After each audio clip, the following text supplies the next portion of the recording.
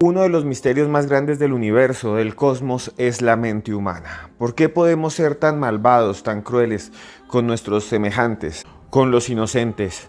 ¿Por qué hay gente así? ¿Por qué hay gente malvada? Es una gran pregunta. Durante muchos años, durante muchos siglos, durante muchos milenios, las personas se han cuestionado a sí mismas y han desarrollado varias teorías. Algunos dicen que la maldad es inmanente, que los seres humanos nacen malos. Otros que es el ambiente, la crueldad, el bullying, el maltrato, lo que crea ese tipo de conductas. Y otros dicen en el mundo paranormal que existen los demonios y las energías malditas, el karma y el dharma que se reproducen en la vida de las personas. En este podcast de los audios de Cruz Escribiente vamos a conocer algunos casos increíbles de personajes históricos, malvados, terribles, como Falaris, un hombre que hizo un monumento, una estatua de cobre, de hierro, que se calentaba desde abajo y cocinaba a las personas desde adentro.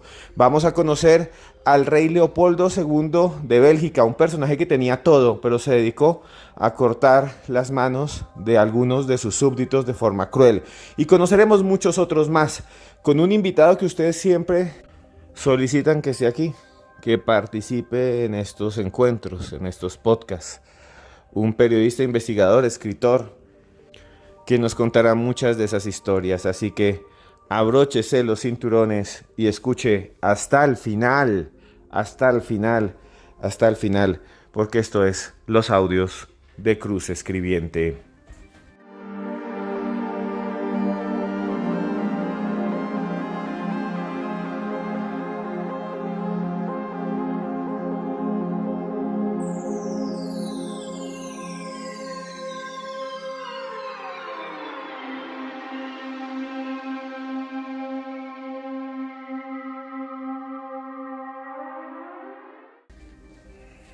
El mundo no está en peligro por las malas personas, sino por aquellos que permiten la maldad. Eso decía Albert Einstein, científico alemán que investigó los secretos del cosmos, el padre de la relatividad, el padre de esa famosa ecuación E igual a mc al cuadrado. También decía Jesús de Nazaret, o se cree, dijo, y está allí entre las escrituras, una frase que para mí es impresionante. El mal no es lo que entra por la boca del hombre o de los seres humanos, sino lo que sale de ella. Significa entonces que la maldad es humana, que está en nuestra cabeza, que nosotros mismos la producimos.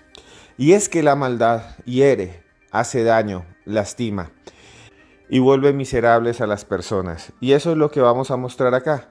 Una galería de seres miserables que tuvieron poder, seres que se dedicaron a la maldad, personas que pudieron ser buenas, que pudieron ayudar al mundo, pero no lo hicieron. Muchos de ellos inteligentes. Pero no nos extendamos más, porque tengo que presentarles a un buen amigo, es escritor, hizo un libro muy bueno que lo publicó Penguin Random House, que se llama Eric el Rojo, sobre personajes históricos, por eso siempre está aquí, cuando hacemos este tipo de viajes en el espacio y el tiempo con nuestra imaginación al pasado. Está con nosotros nada más y nada menos que Tulio Fernández. Tulio, muchas gracias por estar aquí, por hacer parte de este conteo de los 7 hombres, de los 7 personajes históricos más malvados de todos los tiempos. Bueno, Esteban, como siempre, es un placer estar aquí en los audios de Cruz Escribiente, siempre hablando de estos temas paranormales, estos temas que nos intrigan tantísimo. Entonces, muchas gracias por la invitación. Hoy vamos a estar hablando de un tema muy apasionante sobre los hombres más crueles de la historia.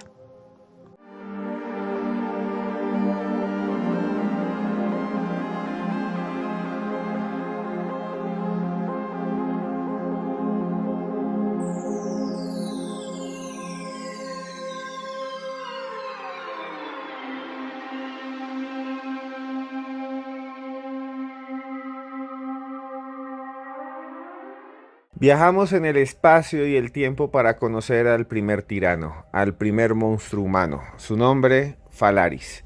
Falaris vivió 500 años antes de Cristo en Sicilia, pero era otra Sicilia, no esa llena de automóviles, pueblos coloridos y edificios gigantes, no. Era una Sicilia clásica, con villas, con pequeños pueblos, estilo griego, estilo romano. Y allí, en una pequeña ciudad llamada Agrigento, había un arquitecto muy famoso llamado Falaris. Las autoridades, los dueños del pueblo, le dijeron: venga Falaris, hágame un favor. Vamos a contratarlo porque usted es un genio. Construya el templo de Zeus, construya el mejor templo. Falaris diseñó algo impresionante, hermoso, bellísimo, gigantesco. Se encargó él mismo de la obra y la edificó en poco tiempo. Él mismo organizó a los obreros, se decía que era muy bueno, que les enseñaba, que los ayudaba, que les daba comida, que apoyaba a sus familias. Eso hizo que la comunidad, que los habitantes rurales y urbanos pusieran sus ojos en él, porque era justo, porque construía, porque elaboraba grandes obras, mientras otros eran corruptos, mientras el crimen vapuleaba a las personas, mientras había ladrones que entraban a las casas, que robaban el ganado, que acababan con la vida de las personas. El pueblo entero lo buscó, el pueblo entero lo proclamó gobernador, imagínense. Todos dijeron: estamos cansados de estas ratas corruptas que nos gobiernan, estamos cansados de esta gente, no sirven para nada. En cambio el arquitecto, ese que es justo, ese que es bueno, va a ser buen gobernante. Derrocaron a las autoridades y pusieron allí a Falaris, que llegó vestido, imagínense ustedes, con una túnica blanca, y empezó a caminar sobre las acrópolis, los antiguos centros de poder también religioso de las principales ciudades grecorromanas. Y entonces Falaris transformó ese pequeño pueblo, esa pequeña villa, Agrigento, de no más de 3.000 personas, en una capital pujante. Se hicieron grandes edificios blancos y resplandecientes. Se hicieron también caminos y acueductos. Las personas ahora podían tener agua cerca a sus casas, en fuentes.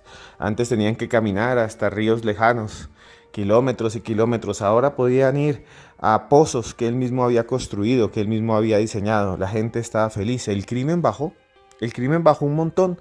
Pues Falaris puso orden, ya nadie robaba, ya nadie se metía con nadie, porque Falaris intervenía con puño de hierro y llevaba a esas personas directo a unas mazmorras, a unas cárceles que parecían laberintos donde fallecían sin juicio alguno.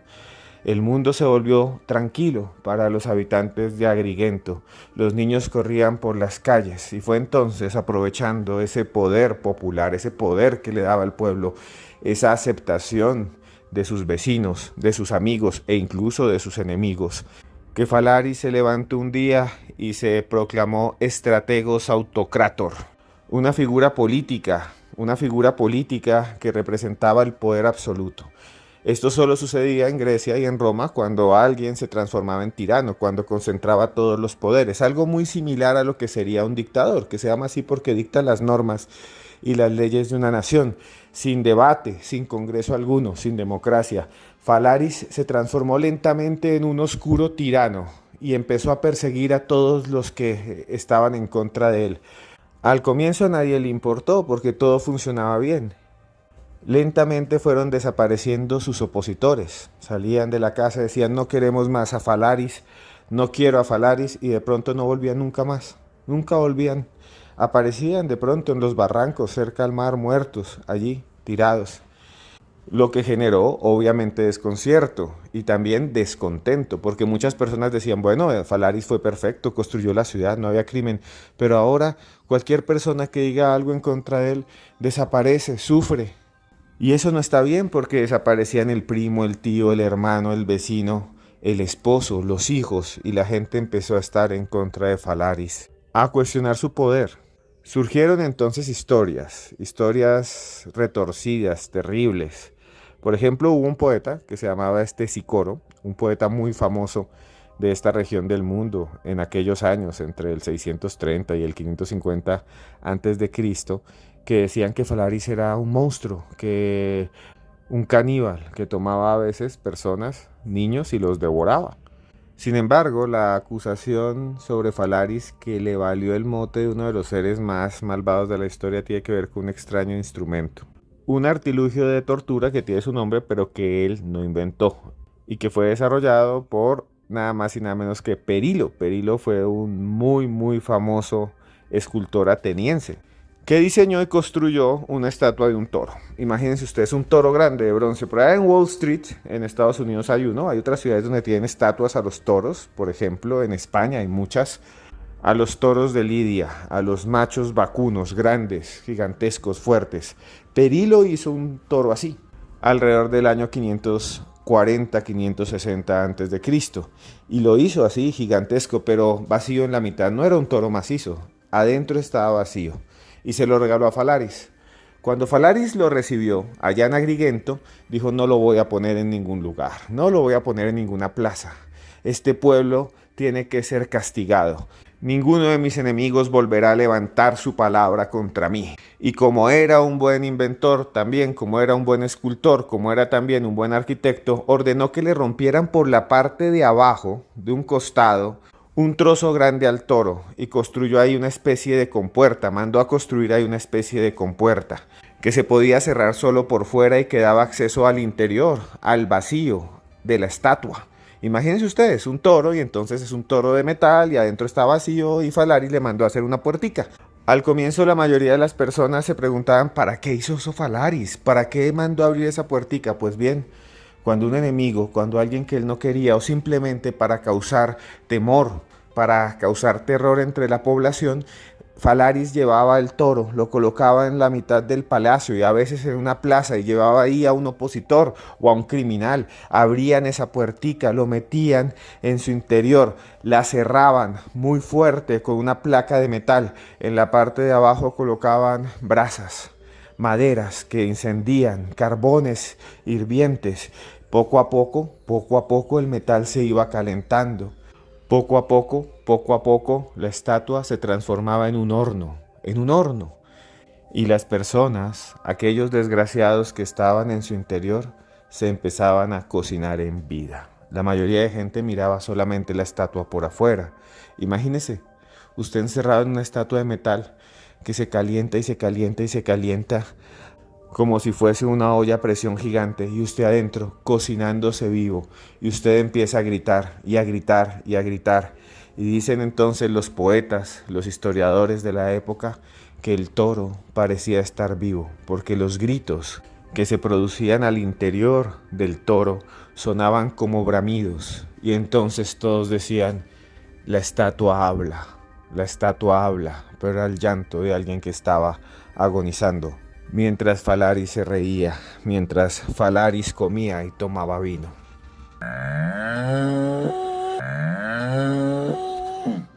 Parecía que la estatua había tomado vida, pero era el eco de los gritos y el llanto que se transformaban en bramidos deformes y dolorosos. Con el tiempo, Falaris siguió haciendo esto casi cada día. Todos los días entraban en el toro y eran atormentadas mujeres, niños, ancianos.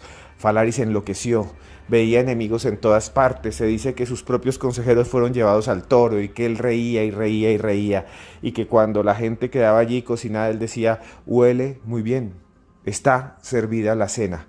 Fue tanto que el mismo pueblo un día entró a su residencia, a su palacio, rompió las puertas y encontró a Falaris sentado al borde de su cama, meditando, como si supiera lo que le iba a pasar, como si ya conociera su destino. Lo tomaron de las ropas, se las rompieron y lo conducieron por todo el pueblo, lo pasearon y lo golpearon. Todos los hermanos, los amigos de aquellos que habían muerto en el toro lo maltrataron, y luego lo llevaron a la plaza principal, en donde estaba allí la estatua del toro, la estatua de bronce, en cuyo interior habían muerto cientos, tal vez miles de personas. Abrieron la compuertica que él había diseñado, la puertica que había hecho Falaris.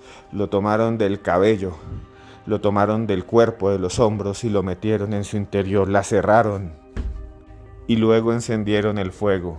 El pueblo entero de Agrigento observó lentamente cómo el tirano, el autocrátor, al interior de su propio invento. Falaris murió de la misma forma que había acabado con la vida de sus enemigos.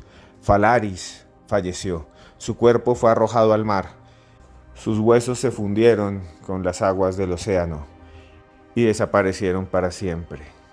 Al contrario de su nombre, que todavía es recordado, yo mismo estoy hablando de él en este momento, que todavía es recordado a pesar del paso de los siglos, de más de 25 siglos, pues es considerado uno de los hombres más malvados de la historia.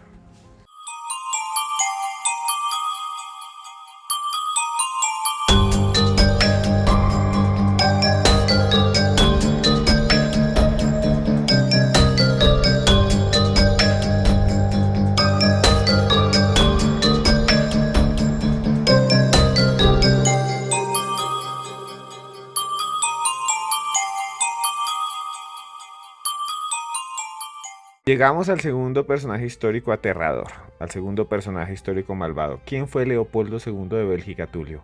¿Y por qué le decían el rey de los hombres sin manos? ¿Quién fue este personaje que era parte de la realeza belga? Bueno, Leopoldo II fue rey de Bélgica durante los años de 1865 y 1909. Él dijo que por su deseo de llevar a los africanos los beneficios del cristianismo, se apoderó de el Congo, de un sitio que era 16 veces más grande que el país que él regía, que era Bélgica. Entonces él se hizo cargo del Congo y él lo hizo para apoderarse primero del marfil y luego del caucho. Pero se dice que este hombre era de una crueldad terrible. Se dice que durante su estadía, durante el tiempo que él estuvo a cargo del Congo, país que nunca visitó, por cierto, hubo una masacre de más de 10 millones de personas, que incluso es mucho más grande del genocidio, del holocausto nazi. Se dice que fue más grande este genocidio que cometió en África. Y se habla de las manos mutiladas porque este hombre implantó una política donde su ejército de 19,000 personas podía llegar de un momento a otro a una aldea. En esa él llegaba y le decía a los hombres que tenían que darle cierta cantidad de caucho. Entonces llegaban a una aldea por la fuerza, tomaban a las mujeres y a las niñas como rehenes. Muchas veces las amenazaban con abusar de ellas sexualmente si no le dan la cantidad de caucho requerida. También decía que si no cumplían la cuota que les había sido impuestas, amenazaba el ejército de Leopoldo con cortarle los brazos, con cortarles las extremidades, las manos. Entonces le cortaban las manos, y si no se las cortaban a él, se las cortaban a sus mujeres, a sus hijas. Otra política de él que tiene que ver con la amputación de las manos tiene que ver en que para ahorrar municiones decían que si los hombres, que si los soldados gastaban una bala, debían ser efectivos y matar a los rebeldes, a la gente que hacía motines, y para eso debían presentarle la mano cercenada. Esta política fue terrible porque muchas veces los hombres, los soldados erraban tiros o lo malgastaban jugando tiro al blanco y mataban hombres inocentes, les cercenaban las manos. Y muchas veces cuando los hombres iban a sofocar una revuelta, tenían que regresar con cestas de manos amputadas. Esta es la historia de este hombre, de este Leopoldo II, que cuando murió esta colonia del Congo era suya, él la pasó a su país, Bélgica.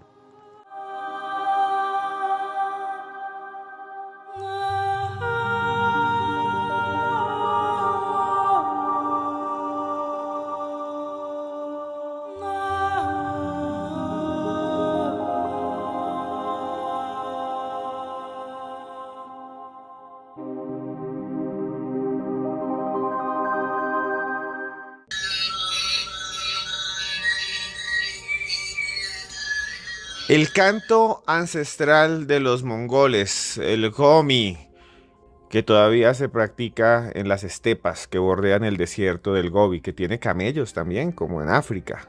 Estepas milenarias en donde surgió uno de los seres más malvados de toda la historia, nada más y nada menos que Temujin, Dulum Boldak, Genghis Khan, un guerrero formidable que transformó el mundo. Un sujeto, un hombre que nació el 16 de abril de 1162 y que falleció el 18 de agosto de 1227. Su origen fue aristocrático, era hijo de gobernantes, de las castas superiores de grupos nómadas confederados. En ese tiempo había un montón, imagínense, de grupos nómadas de mongoles que andaban por ahí por las estepas, cazaban, luchaban entre sí. Algunos eran seminómadas y estaban organizados en confederaciones. Gengis Khan era hijo de un personaje llamado Yesugei, que a la vez era el jefe de un clan, un famoso clan allá que se llamaba el clan Borjigin. Eran tiempos terribles, llenos de violencia, y allí el pequeño Temujin fue criado en las artes de la guerra. En 1177, su padre fue traicionado por sus amigos, que capturaron al niño y lo torturaron durante mucho tiempo. Lo esclavizaron y lo humillaron, lo metieron dentro de una canga, que es un cepo portátil, y lo paseaban por todas partes y lo llevaban a todos los pueblos para demostrar su poder. Lo que no habían tenido en cuenta es que Temujin era muy inteligente. Aprovechó una distracción de sus guardias y escapó. Regresó a su casa paterna, se unió con su gente. Tomó a jóvenes y los transformó en guerreros formidables, con dagas, con espadas, y creó un ejército. Lo primero que hizo fue vencer y destruir a aquellos que lo habían maltratado y lo habían humillado. Y luego decidió invadir el mundo. Y se transformó en un Khan, en un gobernante, en un guerrero formidable. Se transformó en Gengis Khan. En 1188 venció a sus enemigos más cercanos, los taishudos. En 1197 peleó con los keraitas, unos guerreros de las montañas, y los acabó. Y decidió cabalgar hacia Occidente. Atravesó India, atravesó el Oriente Medio y llegó hasta la puerta de Europa. Sí, señores, llegó hasta la puerta de Europa y ahí en 1206 atacó a los tártaros, que eran los que vivían en esa zona de lo que hoy consideramos Rusia, incluso el borde de Polonia. Gengis Khan fue un gran conquistador, pero también un hombre muy malvado, según la mayoría de las crónicas, y según pruebas genéticas. Ya les voy a hablar de eso, porque la mayoría de historiadores dicen que cuando Gengis Khan llegaba a un pueblo, imagínese él llegando allá a caballo en un pueblo, una villa llena de gente, entonces lo que él hacía primero era obligar a que todos los hombres y las mujeres y los niños del pueblo estuvieran en un lugar descampado, en un potrero al lado de él o en una plaza. Los hacía formar ahí, les hablaba y luego mandaba a pasar a cuchillo a todos los hombres, a los bebés. Cogían los bebés y los exterminaba, porque él creía que después con el tiempo se iban a transformar en hombres y lo iban a atacar, se iban a vengar, como él mismo había hecho en contra de los enemigos que lo habían transformado en un esclavo. Acababa con todos los hombres y luego hacía que todas las mujeres, absolutamente todas, hiciera una fila y las abusaba físicamente de ellas. Fue tan terrible, o era tan terrible la táctica de guerra y de terror de Gengis Khan, que muchos, cuando sabían que venía, se iban caminando hasta las montañas y se lanzaban por los desfiladeros. Preferían terminar ahí con su vida que ser sometidos a abusos y a torturas. Muchos pensaban que no era una realidad, que era mentira. Sin embargo, estudios científicos actuales dicen que gran parte de la población mundial es descendiente de Gengis Khan debido a los abusos, porque abusaba de 60, 70 mujeres cada vez que llegaba a un pueblo. En el año 2003, una revista muy famosa, la American Journal of Human Genetics, publicó un estudio que se llama The Genetic Legacy of the Mongols, y dice que a través de un rastreo de los cromosomas y de los marcadores genéticos de 200 personas distribuidas en 16 poblaciones de Asia, llegaron a la conclusión que el 8% de las personas, escuchen muy bien, estaban vinculadas con Gengis Khan. Significa el 0.5% de la población actual. La ciencia, entonces, mediante este estudio, muchas veces controvertido, llegó a la conclusión que era real, que Gengis Khan era un monstruo, un depredador, un hombre al que le temían los mismísimos jinetes y guerreros musulmanes, pues durante las invasiones Gengis Khan atacaba directamente a las poblaciones más grandes, le gustaba ver arder las ciudades, quemaba y destruía todo, fue imparable, parecía que nada lo podía detener, hasta que al final, como todo ser humano, falleció. Gengis Khan murió el 18 de agosto de 1227. Tenía 65 años, cuando según la leyenda popular, una princesa lo castró y él murió desangrado, atacado por aquella doncella que hacía parte de la etnia Tangut. No obstante, algunos estudios científicos, especialmente uno de la Universidad de Adelaida, de Australia, Afirman que Gengis Khan pudo haber muerto realmente por la peste bubónica, esa terrible enfermedad que asoló los campos de Europa y que en algún momento acabó con 3/4 de la población mundial, sobre todo porque hay unos textos que dicen que él tenía fiebre, al tiempo que experimentaba terribles dolores y que su cuerpo se llenaba de pequeños tumorcitos, furúnculos que se desarrollaban debajo de su piel. Atormentado por ellas, murió Gengis Khan, murió Timuchin, que pasó a la historia como uno de los hombres más malvados de todos los tiempos.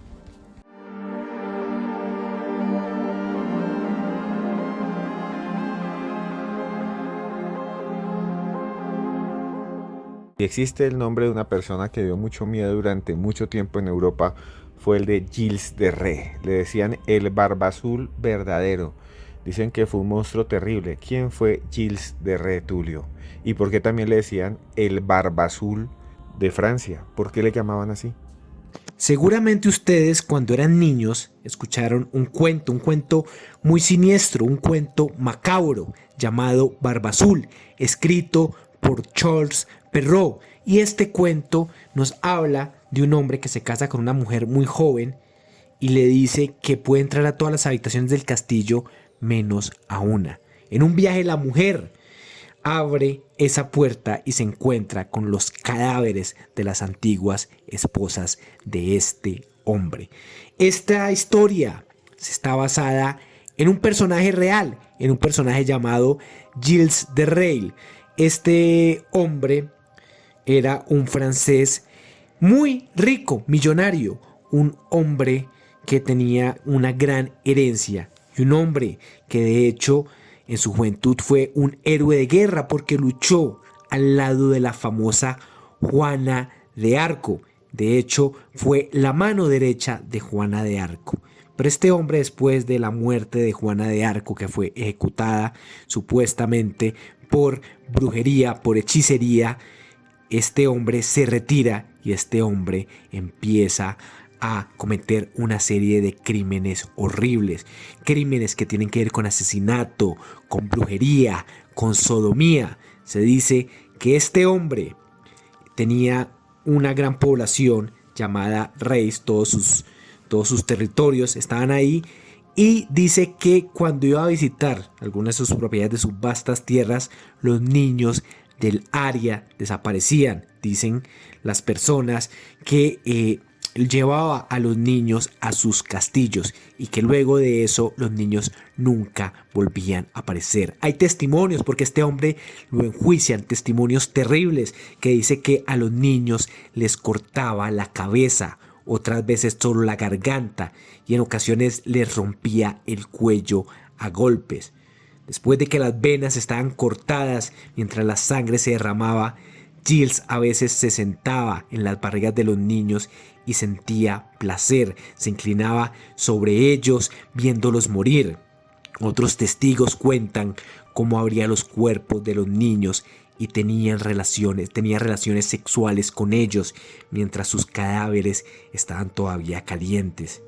Se dice que este hombre tenía pactos con el diablo, hacía ritos para invocar al diablo y hacía cosas inmencionables con él. Se dice que muchas veces él veía a estos niños morir y los besaba mientras morían desangrados. Se dice que este hombre estaba tan enfermo, era tan psicópata que muchas veces reía mientras los niños morían. Otras veces les daba ataques de culpa y hacía expediciones a Tierra Santa para pedir perdón por sus crímenes. Se dice que de 80 a 100 niños fueron asesinados por él, hasta que finalmente todo se dio a conocer y este hombre fue juzgado. Antes de eso fue torturado. Después de la tortura aceptó los cargos y fue sentenciado a morir.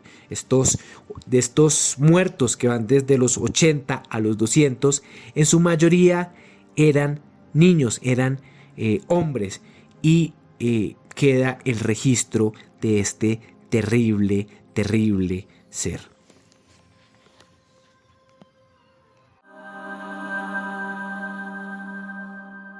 No.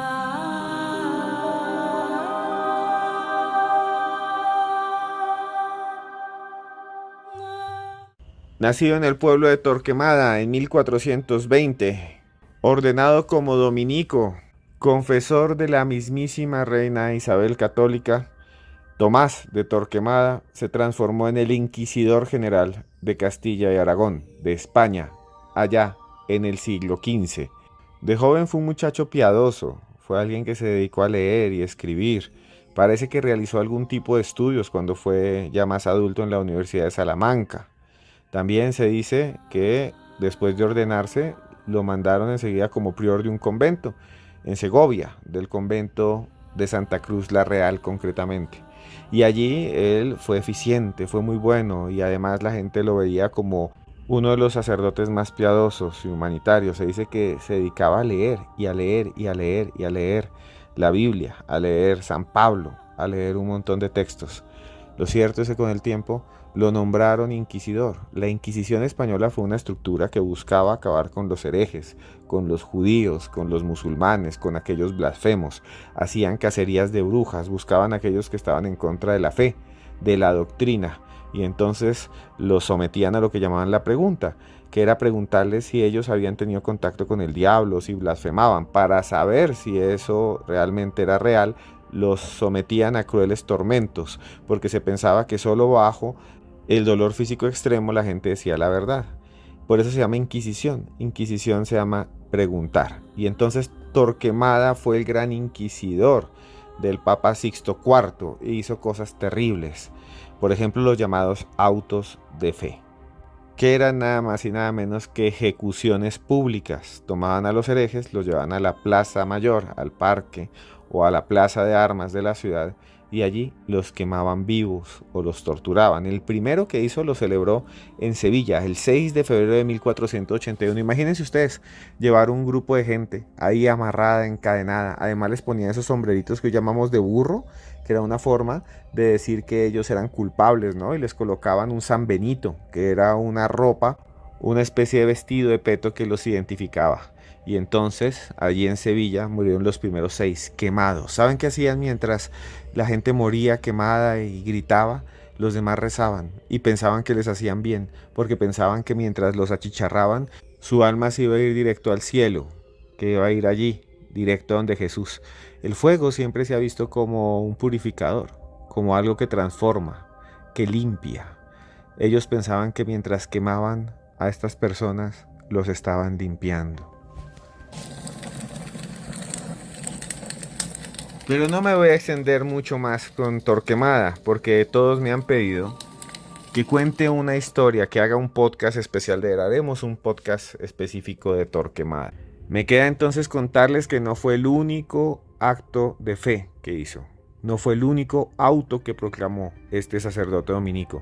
Fueron muchos, y los más terribles y aterradores se produjeron en ciudades castellanas y aragonesas, como Valladolid, como la mismísima Ávila.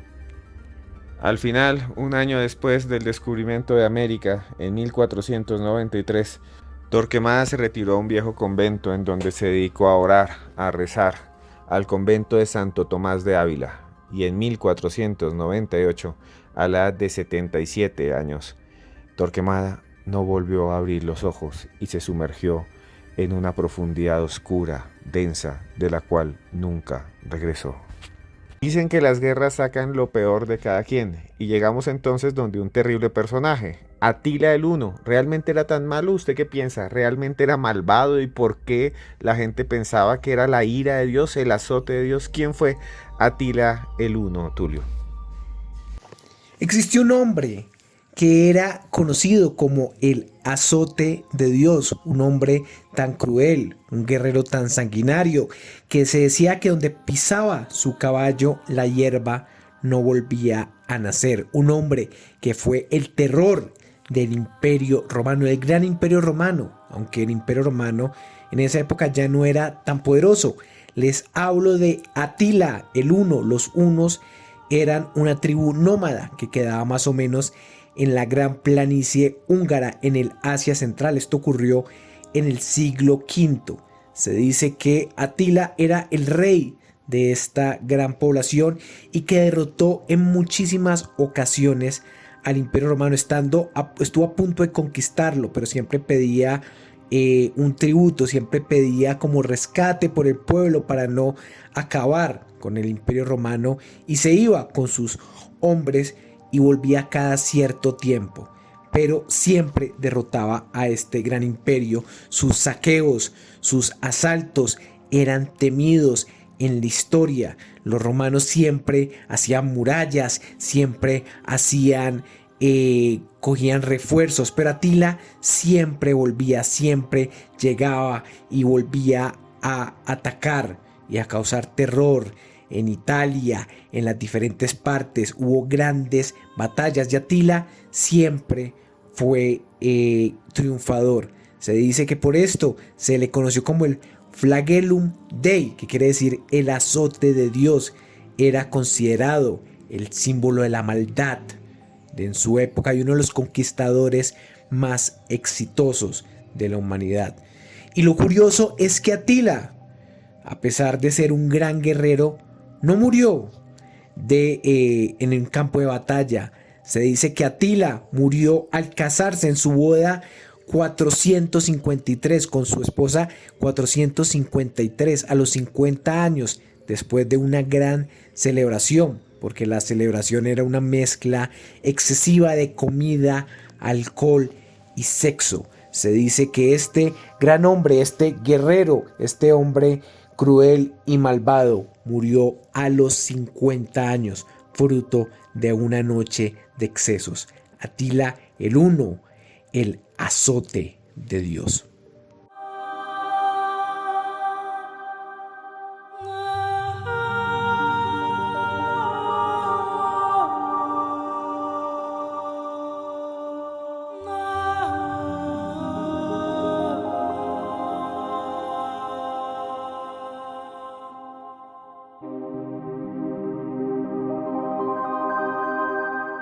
Seres malvados, seres terribles los que hemos visto hoy. Y ahora llegamos a América Latina. Tristemente, en todos los lugares del mundo existe la maldad. Y viajamos con la mente y la imaginación a un país hermoso, un país que amo, un país que he recorrido muchas veces, nada más y nada menos que a Bolivia. Allí, en Bolivia, nació el 4 de septiembre de 1889 un hombre llamado Ramiro Artieda. Ramiro Artieda era hijo de una familia con mucho dinero, ricos, famosos, tenían mucho dinero. Cuando era solo un adolescente, sus padres tristemente murieron, y la herencia le quedó a él y a su hermano Luis Artieda. Se piensa que más o menos en 1918, 19, 20, Ramiro, que era un fanático del cine, de la actuación, se la pasaba viendo películas en los nuevos teatros que habían surgido allá en Bolivia, teatros grandes donde la gente se sentaba en sillas a ver proyecciones con imágenes de Charles Chaplin y de Buster Keaton. Y Ramiro soñaba con ser un actor, siempre quiso, además se le iba bien, cuando caminaba por la calle podía hacer muecas y la gente se quedaba mirando, se reía.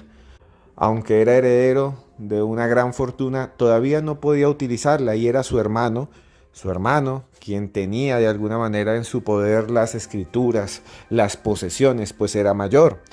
Convenientemente Luis Artieda desapareció y luego apareció por allí su cuerpo. En la actualidad muchos investigadores aseguran, escuchen bien esto, que Luis pues fue ultimado por su hermano para quedarse con todo el dinero, para quedarse con toda la plata. Lo cierto es que se volvió millonario de la noche a la mañana, Ramiro. Y Ramiro entonces viajó hasta las costas del Perú, en donde tomó un barco que lo llevó por todo el océano Pacífico en una ruta directamente hasta Hollywood, y allá se bajó en Estados Unidos. Imagínense cuánto dinero habrá tenido, y caminó entre las calles de Los Ángeles, de San Francisco, de Pasadena, y se inscribió en una escuela de actuación y aprendió inglés, y sus profesores decían que era uno de los actores más interesantes que jamás habían visto. Sin embargo, todavía no se sabe por qué, Artieda volvió a Bolivia, volvió algunos años después. Caminó entonces por La Paz, por Oruro, por Cochabamba y se convirtió en un terrible criminal.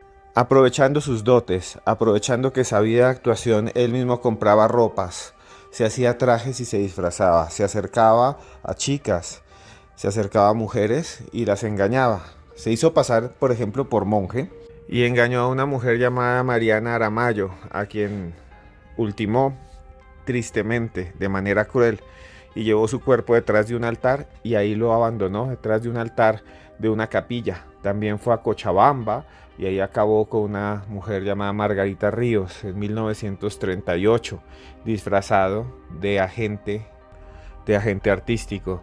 También viajó a La Paz y ahí acabó con Rosalina Villavicencio en un apartamento en donde vivía y en donde había montado una pequeña oficina de una productora de cine que supuestamente dirigía. Se dice que pudo acabar con la vida de más de 10 mujeres. Al final fue capturado el 9 de mayo de 1939 cuando una chica se escapó de la casa donde él vivía en Cochabamba. Imagínense, una casa grande que había alquilado, una casa grande con patio, con árboles, en donde él simulaba ser un millonario, aunque sí tenía dinero, pero ser un millonario. Este señor es realmente malvado porque estudió actuación y usó la actuación para el mal y estudió nada más y nada menos que en Hollywood y regresó a Bolivia para ser un depredador, un monstruo humano. Al final fue llevado a juicio y en 8 páginas escribió todo lo que hacía. Las reflexiones que él hace son crueles, son malvadas, son terribles. De eso hablaremos tal vez en otro podcast, pero este señor era un actor en serie, un actor homicida en serie. Ramiro Artieda, de Bolivia, que al final fue llevado frente a un pelotón de fusilamiento, allá en el patio principal de la prisión de Cochabamba. Ese día se dice caminó frente a los fusiles, miró hacia el cielo, rezó y recibió una andanada de balas, de disparos, el 3 de julio de 1939. Así terminó la vida de este terrible actor del mal.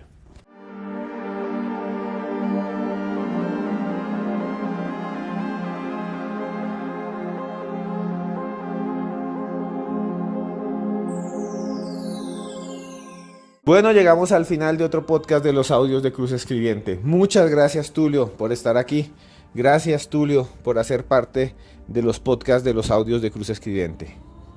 Muchas gracias, Esteban. Como siempre, un placer estar aquí en los audios de Cruz Escribiente. Creo que es mi podcast favorito. Siempre lo escucho. Es un placer participar. Es un placer, cuando no estoy de invitado, escuchar las grandes historias que compartes. A mí me pueden encontrar en mi Twitter, que es TulioFer69. Tengo un Instagram que es TulioFer2000. También aparezco como Tertuliando Te Cuenta en TikTok. Y tengo un libro que se llama Eric el Rojo, la historia de cómo los vikingos descubren América 500 años antes que Cristóbal Colón. El libro está de venta en librerías de todo el país y bueno, espero que les guste y como siempre un gran placer estar aquí y te deseo a ti y a tus oyentes un feliz día. Muchas gracias por todo, estamos hablando, chao. Bueno, llegamos al final. Siempre me encanta cerrar con una reflexión. Hoy les voy a narrar una historia, una fábula que me contaron cuando yo era niño y que me hace sentir bien en momentos de tristeza y de dolor. Hemos escuchado historias terribles de seres malvados de la historia. Presentamos precisamente esas historias con la única finalidad de ver la maldad y de saber que existe, para que nos cuidemos, para aprender del pasado, para saber que hay algo allí en la mente de algunas personas de lo cual debemos resguardarnos. Si le gustó este podcast, por favor, deme ya mismo un like, active la campanita, active la campanita y coménteme desde dónde me está escuchando.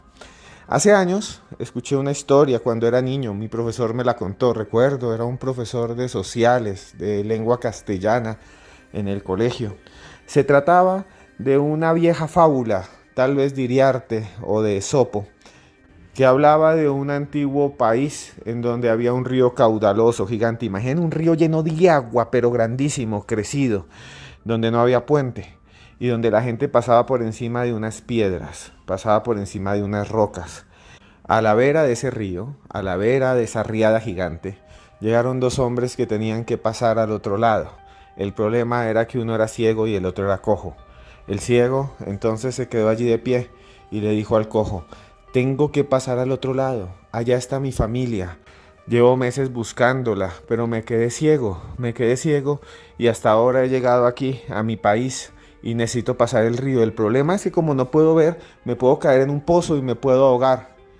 El hombre que estaba a su costado se quedó mirándolo y observó que era un invidente y le dijo: yo tengo un problema similar, yo puedo ver, yo puedo observar las formas, los árboles, las ramas, pero me falta una pierna. Estuve en una guerra y perdí una pierna, me amputaron, y también mi hermana y mi papá están al otro lado.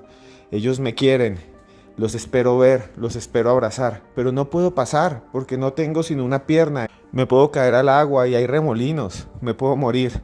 Entonces el ciego le dijo: súbete en mis hombros, yo camino, yo soy fuerte, yo paso por encima de las piedras y tú me dices a dónde ir. Hicieron eso. Entonces el cojo se subió en los hombros de aquel hombre grande, de aquel ciego, y juntos pasaron lentamente el río. El cojo decía: pisa a la derecha, pasa, salta esta piedra, camina sobre esta rama seca, y así lograron pasar. Al rato llegaron unos jóvenes y pasaron corriendo. Uno de ellos se cayó y se ahogó.